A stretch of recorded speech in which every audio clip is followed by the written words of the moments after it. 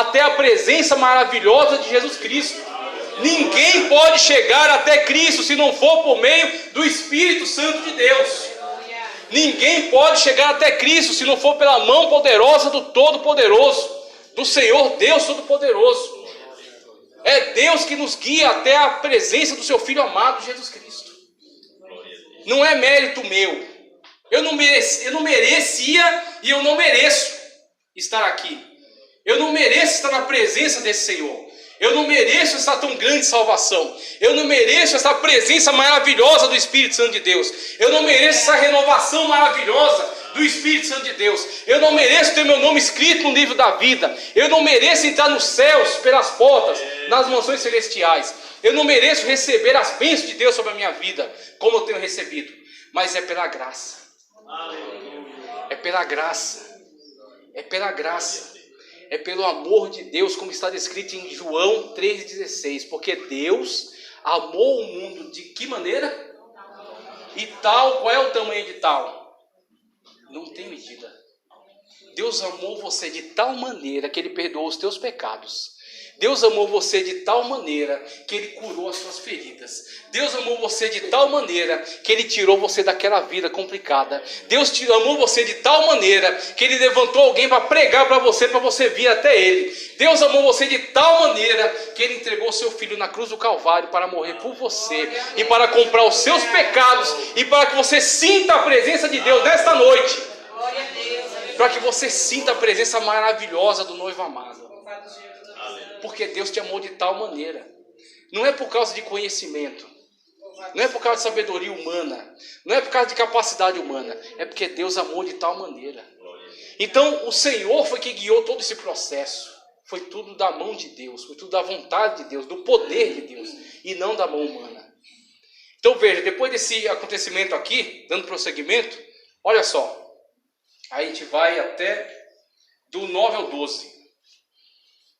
Vamos comigo, 9 ao 12.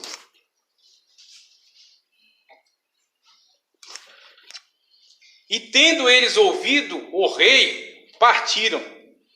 E eis que a estrela que tinha visto no oriente ia diante deles, até que, chegando, se deteve sobre o lugar onde estava o menino. E vendo eles a estrela, regozijaram-se com muita alegria. Regozijaram-se com grande alegria. E entrando na casa, acharam o menino com a sua mãe, e prostrando-se, o adoraram.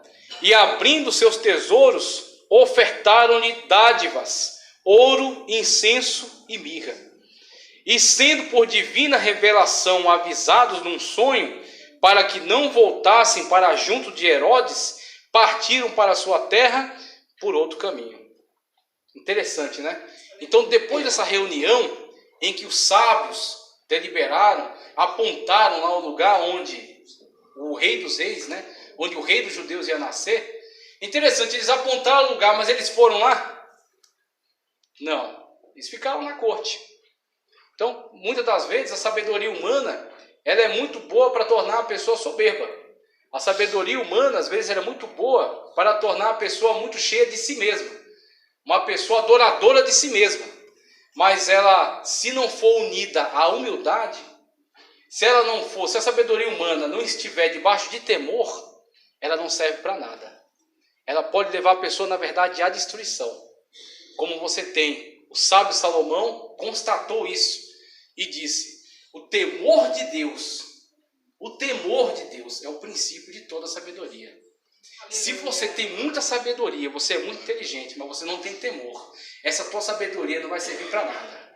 Essa sabedoria é carnal, é humana, é destrutiva, ela somente ensoberbece. Mas quando a tua sabedoria está debaixo de temor de Deus, a tua sabedoria vai ser muito útil nas mãos do Senhor Jesus Cristo, para ser utilizado na sua obra. Então tudo tem que estar debaixo do temor, o temor a Deus.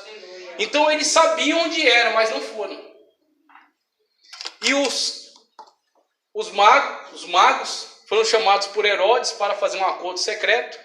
Ouviram lá, né, a proposta dele, saíram, foram em busca. Dali Deus tomou a frente. Deus tomou a frente e mostrou novamente o sinal, a estrela. aqui, o sinal de Deus é esse. O caminho de Deus é esse aqui. A maneira como você vai chegar até o filho amado, é por meio do Pai. A maneira como você vai chegar ao Pai é por meio do Filho. Se você não entrar pelo caminho que é Cristo, você não chega a Deus. Jesus Cristo disse: eu sou o caminho, a verdade e a vida, e ninguém vem ao Pai. Da mesma forma como o Pai foi que enviou a estrela e trouxe os magos até Cristo, da mesma forma Cristo é a única porta, o único caminho que nos leva até Deus. Esta verdade é insubstituível. Cristo é o único caminho que nos leva a Deus. Então nós temos aí, eles foram até Cristo, por quê? Porque Deus queria que ele chegasse até Cristo, e mostrou a estrela, está aqui, quando a estrela repousou sobre o lugar, aí eles souberam, é aqui, aí veio a alegria, veio o regozijo, aí eles se alegraram, porque novamente eles estavam no caminho certo. Quando eles entraram, é interessante abordar isso aqui, porque desfaz outro equívoco. Todo presépio é uma mentira, todo presépio é um equívoco, é um engano. Geralmente você tem o presépio, você tem lá alguns personagens, você coloca os reis magos lá. Pronto, isso aí é uma forma de te enganar. É uma forma de distorcer a verdade bíblica. Por quê? Se você tem, nessa situação aqui, a narrativa que fala acerca do nascimento, quando você está na manjedoura, né? E a narrativa depois da chegada dos magos, quando os magos vêm do Oriente e encontram Cristo por meio do milagre de Deus, do sinal de Deus que foi a estrela, você pega tanto essa narrativa quanto a de Lucas. As duas narrativas que falam acerca do nascimento de Cristo Jesus. O de Lucas é mais claro ainda, e indica que ele estava numa casa. Então Jesus está em Belém, só que não mais na manjedoura. Jesus está agora numa casa. Então Jesus está numa casa com a sua família e chegam os magos, porque Deus quis. Porque Deus trouxe, porque Deus orientou. Não foi nem Herodes, nem foi nem os sábios, foi o próprio Deus que orientou e eles chegaram até Cristo. Adentraram. Quando eles adentram aquele lugar e estão na presença daquela família, você tem lá José, você tem Maria, você tem Jesus. Só que eles se prostram diante de Jesus. Jesus é o único adorado. Jesus é o único digno. Jesus é o único Rei dos reis e Senhor dos senhores. Jesus é o único Deus. Não podemos adorar a ninguém mais além do que o Senhor Jesus Cristo. O Pai, o Filho e o Espírito Santo, que são um só Deus. Não cabe adoração a Maria. Maria é a serva de Deus, respeitada. Nós pregamos sobre Maria e seguimos o exemplo dela. É uma serva de Deus. Só que Maria não deve ser adorada. José também é um grande servo de Deus. Foi usado poderosamente por Deus em toda esta obra aqui. Só que José não deve ser adorado. Nem deve ser dirigidas orações a eles. Nem a José, nem a Maria. Eles não são intercessores. Porque existe um só intercessor entre Deus e os homens. E esse chama-se Jesus Cristo, o homem. Toda oração que tentar chegar até Deus por outro caminho foi desperdiçada. Tudo que fizeram tentando chegar até Deus por outra porta, chegaram ao Deus errado. Porque somente Jesus é o intercessor. Ele é o único caminho, ele é a única ligação, ele é o único meio pelo qual Deus nos ouve, através de Cristo Jesus. Por isso que toda oração tem que encerrar em nome do Senhor Jesus. Deus te ouve, vamos falar claramente isso aqui, vamos falar isso aqui abertamente. Deus te ouve por causa de Jesus. Tem teologia da prosperidade fazendo do homem Deus hoje. Tem teologia da prosperidade que está endeusando o ser humano. Meu irmão, quem é você? Meu irmão, quem sou eu? Homem falho. Homem pode a qualquer momento deixar de existir. Insignificante diante de Deus. Uma pessoa que tem uma vida passageira, como a sombra que passa. Quem sou eu e quem é você? Mas quem é Jesus na nossa vida? Então, toda oração que nós fazemos, nós encerramos em nome de Jesus. Aí ela tem o endereço certo, ela chega diante de Deus, por causa de Jesus, por causa do Senhor Jesus, por causa do intercessor, por causa do caminho, por causa desta porta que nos foi aberta, a porta chamada Jesus Cristo. Então nós temos aí, Jesus é o foco, Jesus é o único digno, Jesus é o único adorado, Jesus é o motivo pelo qual eles saíram do Oriente, cruzaram mais de 2.000 quilômetros e chegaram até aquele lugar. Jesus. Tem outro motivo pelo qual você está aqui, além do motivo principal chamado Jesus Cristo? Você está aqui por quê, meu irmão? Você está aqui por quê, minha irmã? O que você veio buscar? Toda coisa que você possa ter vindo buscar é menor do que Jesus. Se você veio, se você se deslocou do seu trabalho, você se deslocou da sua casa e você chegou até aqui para buscar Jesus, você buscou tudo aquilo que você precisa. Glória a Deus. O Senhor Jesus é o principal. Porque se você tem Jesus, você tem tudo que você precisa. Se você tem Jesus, você tem cura. Se você tem Jesus, você tem renovo. Se você tem Jesus, você tem alegria. Se você tem Jesus, você tem poder. Como nós pregamos aqui já em um estudo, o nome do Senhor Jesus Cristo tem poder. Se você tem Jesus, você tem tudo que você precisa. Eu não preciso ficar fazendo promessas aqui para ganhar a atenção de vocês. Eu digo para vocês, Jesus está aqui. Venha atrás de Jesus. Venha buscar Jesus. Venha ter um encontro com Jesus. Venha se prostrar diante de Jesus. Venha adorar e louvar e exaltar ao Senhor Jesus. Aleluia. Valeu a pena cruzar todo esse caminho. Não por José nem por Maria, mas porque o Rei dos Reis está ali. Jesus Cristo, o Senhor dos Senhores e o Rei dos Reis. Eles sabiam diante de quem se prostrar. Eles sabiam a quem adorar. Eles sabiam a quem honrar. Eles sabiam a quem reconhecer. E entregaram 3 presentes. Por causa disso, a tradição geralmente diz que eram 3 reis magos. E aí dizem que eram reis, sei lá por quê. Talvez por causa do valor dos presentes. Somente reis poderiam dar. Mas isso não tem respaldo bíblico, tá ok?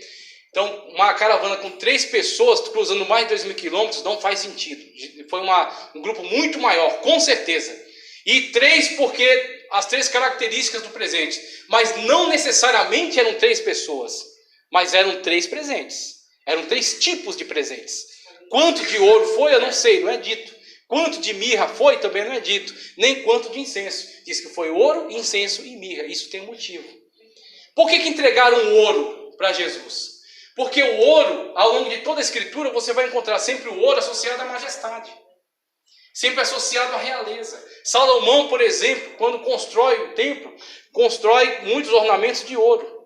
Então você tem o ouro sempre ligado à majestade, à realeza. E Jesus Cristo é rei. Então cabe a ele um presente de ouro. Porque ele é rei dos reis e senhor dos senhores. O dono de todo o ouro e de toda a prata. Então Deus diz, vai levar presente para o meu filho? Tem que ter ouro, porque ele é rei.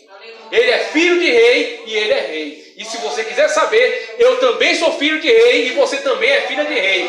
O rei dos reis e o senhor dos senhores, o dono do ouro e da prata. Se você precisa de alguma coisa, você tem a quem pedir, o teu Deus. O dono de toda a riqueza. O dono de todo ouro e de toda a prata, como diz o profeta. Mas não entregou só ouro, entregou também incenso. E por que entrega incenso? O incenso está muito ligado à atividade sacerdotal. O incenso, por exemplo, que o sacerdote apresenta todos os dias. Um incenso que é queimado no lugar santo. Um incenso que era queimado no Santo dos Santos uma vez por ano, quando o sumo sacerdote entrava com o incensário. Então o incenso está muito ligado à atividade sacerdotal. E o incenso, por exemplo, quando em Apocalipse diz que as nossas orações, veja, a minha e a tua oração, mesmo aquela que você faz quase dormindo de madrugada, nenhuma oração diante de Deus é perdida, se ela é feita em nome do Senhor Jesus.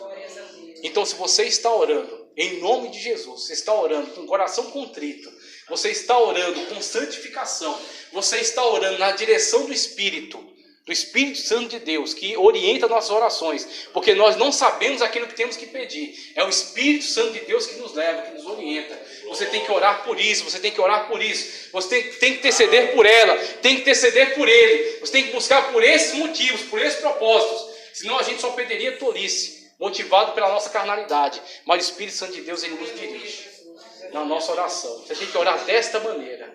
E quando nós somos direcionados pelo Espírito e oramos conforme a sua direção, a nossa oração chega diante de Deus como um incenso. Nós temos em Apocalipse um anjo que pega as orações dos santos e enche o seu incensário. E aquele incensário emite uma fumaça que sobe diante de Deus como um cheiro agradável. A tua oração, mesmo aquela oração com o coração tão quebrantado, mesmo aquela oração com o coração tão contrito, ela chega diante de Deus como um incenso suave e agradável. Deus se agrada de você. Deus se agrada da tua oração. Deus quer ouvir a tua voz. Deus quer ver você na presença dele. Então a oração chega diante de Deus e Cristo Jesus recebe incenso, porque o Senhor Jesus Cristo é sacerdote, não conforme Levi, mas conforme a ordem de Melquisedeque. E nós vamos explicar isso aqui depois, porque o sacerdócio dele não tem começo nem fim. O sacerdócio de Cristo é superior ao sacerdócio arônico, ok? Então Cristo é sacerdote, Cristo que recebe nas orações, Cristo que apresenta, Cristo que responde nas orações. E ele recebe mirra também, porque a mirra está ligada ao cheiro agradável, a mirra está ligada ao perfume, e a mirra representa muito bem o ministério de Cristo. O ministério de Cristo que é agradável a Deus. O ministério de Cristo que exerceu sobre nós uma purificação tal que o fedor que era o nosso pecado foi apagado, o fedor que era o nosso pecado foi removido e foi substituído pelo sangue de Cristo Jesus, que foi derramado sobre nós. O sangue de Cristo nos purifica de todo pecado, e agora você tem um cheiro agradável diante de Deus. As suas obras têm um cheiro agradável diante de Deus. Aquilo que você faz tem um cheiro agradável diante de Deus, por causa da obra de Cristo na nossa vida. Por isso que ele recebe ouro, incenso e mirra. Os ministérios de Cristo Jesus. E aí eu quero caminhar com vocês para o final. O tempo já está acabando. Vou fazer uma leitura um pouco mais extensa aqui, que eu quero entrar numa explicação aqui que eu não quero deixar passar. Veja só. E tendo ele se retirado, eis que o anjo do Senhor apareceu. Estou lendo no versículo 13. Eis que o anjo do Senhor apareceu num sonho a José, dizendo: levanta-te, toma o menino e a sua mãe e foge para o Egito, e demora-te lá até que eu te diga, porque Herodes há de procurar o menino para o matar. Veja, e levantando-se ele, tomou o menino e sua mãe de noite, e foi para o Egito, e esteve lá até a morte de Herodes, para que se cumprisse o que foi dito da parte do Senhor pelo profeta que diz: do Egito chamei o meu filho. Então Herodes, vendo que tinha sido iludido pelos magos, irritou-se muito e mandou matar todos os meninos que havia em Belém, em todos os seus contornos ou cercanias, de 2 anos e para baixo, segundo o tempo que diligentemente inquirira dos magos. E então se cumpriu o que foi dito pelo profeta Jeremias, que diz: em Ramá se ouviu a sua voz, lamentação e choro e grande pranto, Raquel chorando seus filhos, e não quer ser consolada, porque já não existem. 2 coisas nós queremos destacar aqui em relação a Cristo. Primeiro, o Senhor Jesus Cristo, quando veio à terra, veio na forma humana. E quando ele veio na forma humana, foi confiado os cuidados dele na forma humana, e ainda criança, a esta família. Veio por meio de Maria, foi gerado no ventre de Maria, né? Essa mulher que foi agraciada por Deus. E foi colocada esta família aos cuidados de José, para que José zelasse por ela. Deus sabe muito bem quem escolhe, como a gente trouxe aqui no estudo sobre José e Maria. Deus escolheu José porque Deus conhecia as características de José. E é interessante como José é alguém obediente a Deus. Como José, mesmo diante de situações impensáveis, situações que com certeza para muitas pessoas ia fazer com que elas ficassem muito confusas, mas José, ele simplesmente, mesmo sem entender muitas situações, ele obedece. Que é o que falta muitas das vezes em situações que temos passado. Deus vai te dar uma orientação, muitas vezes você não vai entender naquele momento, mas você precisa obedecer. Como Jesus Cristo, falando com os apóstolos, disse: aquilo que eu faço, vocês não entendem agora. Mesmo Jesus Cristo tem ensinado que ele ia para Jerusalém, ser entregue, ser morto e ressuscitar ao 3º dia. Mas eles não entendiam. Jesus Cristo disse: vocês não vão entender agora, mas vocês entenderão depois. Quando o Senhor Jesus Cristo finalmente ressuscitou e trouxe para eles a comprovação daquilo que ele tinha falado. Veja, todo poder é me dado no céu e na terra. Eu estou aqui, eu ressuscitei, tá certo? Porque a minha vida ninguém a toma, eu a dou. Eu tenho o poder de dá-la e tomá-la de volta. Mas isso será entendido depois. Assim José também, nesse momento, que cabia? Obedecer. E obedecendo a Deus, a orientação que Deus deu, vinda do céu para ele tinha que se esconder. Ele tinha que fugir. A teologia da prosperidade tem pregado um evangelho falso, mentiroso. Dizendo que a pessoa só tem que estar por cima e nunca por baixo. que a pessoa não pode ter doença, que a pessoa não pode ter uma tristeza, que a pessoa não pode ter uma aflição, uma perseguição. Eu digo para você, Jesus Cristo saiu da glória, deixou o seu trono, deixou a sua majestade, veio até nós e teve que se esconder no Egito. O teu Jesus teve que ser retirado da Judéia e se esconder no Egito. Ei, Deus tem um tempo sobre a tua vida. Glória. Deus tem um tempo sobre a tua vida. Deus tem um momento sobre a tua vida. Eu não sei qual é o tempo que você está passando. Vai ter momento que você vai ter que se esconder na sombra do Altíssimo. Só que tem uma coisa. No momento que você estiver passando, você nunca está desamparado. Você nunca será abandonado.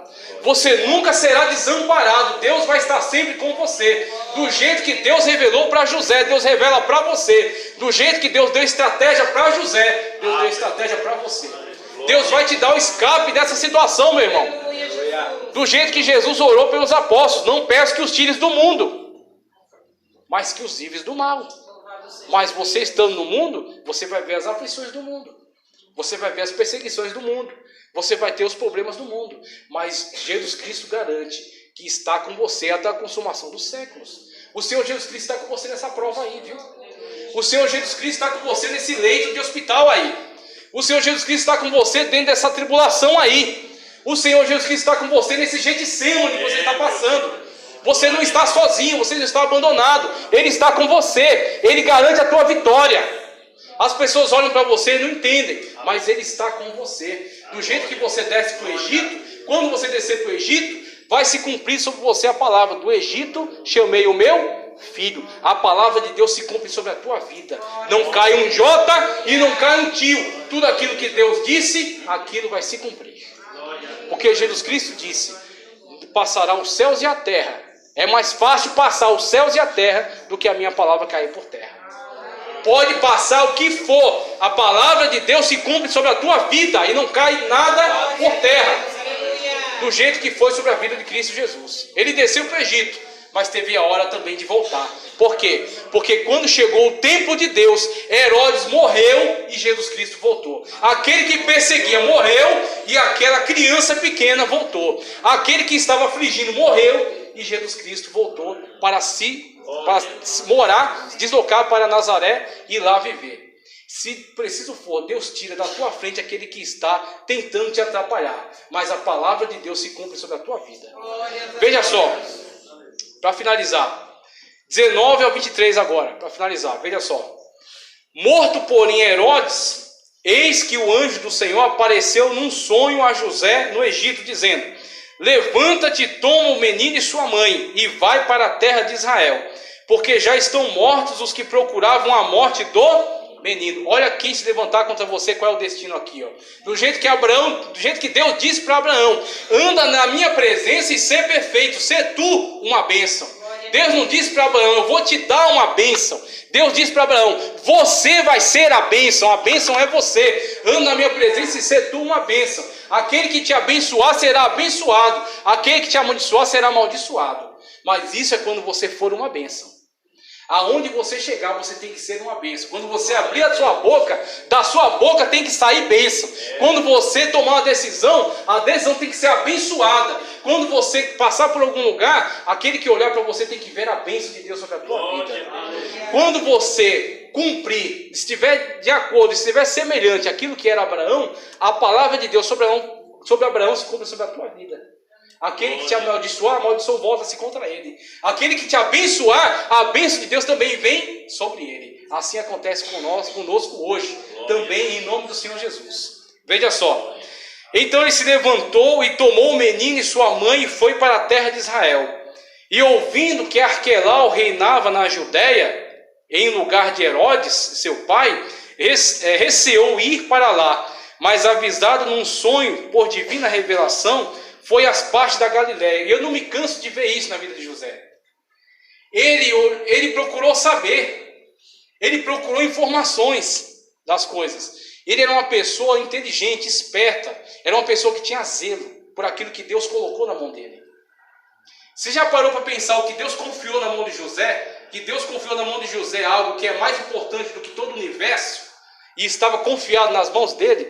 Deus não chamou José à toa, meu irmão. Deus conhece. Do mesmo jeito que Deus chamou você, e Deus sabe por quê. Deus sabe por que te levantou. Deus sabe por que confiou o que Ele confiou na tua mão. Deus sabe por que Ele colocou esses talentos na tua mão. Deus sabe que você pode trabalhar com esses talentos e angariar para Ele mais talentos. Deus sabe por que confiou isso na tua mão. Deus conhece a tua estrutura. José, quando é para voltar do Egito, José não vem, totalmente tolo lá, colocado no mesmo lugar. José procura saber como é que está a situação. Quem está aí? Ah, é um mais atribulado que o outro? Espera aí que eu vou para outro lugar. Eu não vou para aí não. Por quê? Zelo. Você tem zelo pelas coisas que Deus colocou na tua mão para você cuidar? Você tem zelo pelo filho que Deus te deu? Você tem zelo pela esposa que está com você? Você tem zelo pelo esposo que Deus colocou ao teu lado? Você tem zelo pela casa onde Deus te colocou para morar, para cuidar e para zelar? Você tem zelo pelo emprego, a porta que Deus abriu para você trabalhar lá, para você glorificar o nome de Deus lá? Você tem zelo por aquilo que Deus confiou você na igreja para fazer? Será que você tem zelado pelas coisas de Deus? É isso que nós vemos na vida de José. José tinha zelo. José sabia, isso aqui é algo muito importante que Deus colocou na minha mão. Eu tenho que zelar, eu tenho que cuidar. Tomara que essa atitude seja encontrada em nós. Tá certo? Fechou agora, finalizando, 23. E chegou e habitou numa cidade chamada Nazaré, para que se cumprisse o que foi dito pelos profetas. Ele será chamado Nazareno. Eu quero que você vá comigo para o Salmo 70. Vai comigo lá para a gente fechar. Salmo 22, na verdade. Salmo 22. Salmo 22. Olha só.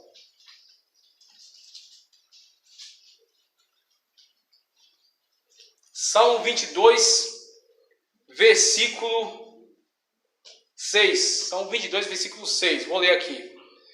Mas eu sou verme e não homem, opróbrio dos homens e desprezado do povo. Todos os que me veem zombam de mim, e estendem os lábios e meneiam a cabeça, dizendo: confiou no Senhor, que o livre-o, pois nele tem prazer. Veja só, esses versículos aqui, eles vão ser dirigidos, quando Cristo estiver crucificado, serão dirigidos a Ele. Por que eu li esses versículos? Porque esses versículos ajudam a solucionar um problema que muitos teólogos têm criado em relação ao termo ele será chamado Nazareno. Tem muito teólogo que usa da ciência dele não para ser uma contribuição para a palavra de Deus. Tem muito teólogo que usa da sua ciência somente para fazer nome, fazer com que o seu nome apareça, ou para atrapalhar a obra de Deus. Tem muita gente que se levanta não é para ajudar, é para atrapalhar.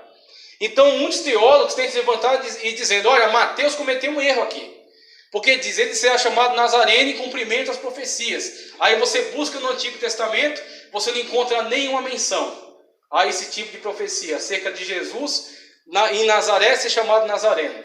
Então muitos têm levantado esse tipo de questionamento. Agora, por que eles chegam a esse tipo de questionamento? Por falta, primeiro, de temor de Deus. Segundo, por falta de humildade. Com um pouquinho de humildade você chegaria à conclusão. Presta atenção. Quando diz ele será chamado Nazareno, por que Jesus foi chamado Nazareno?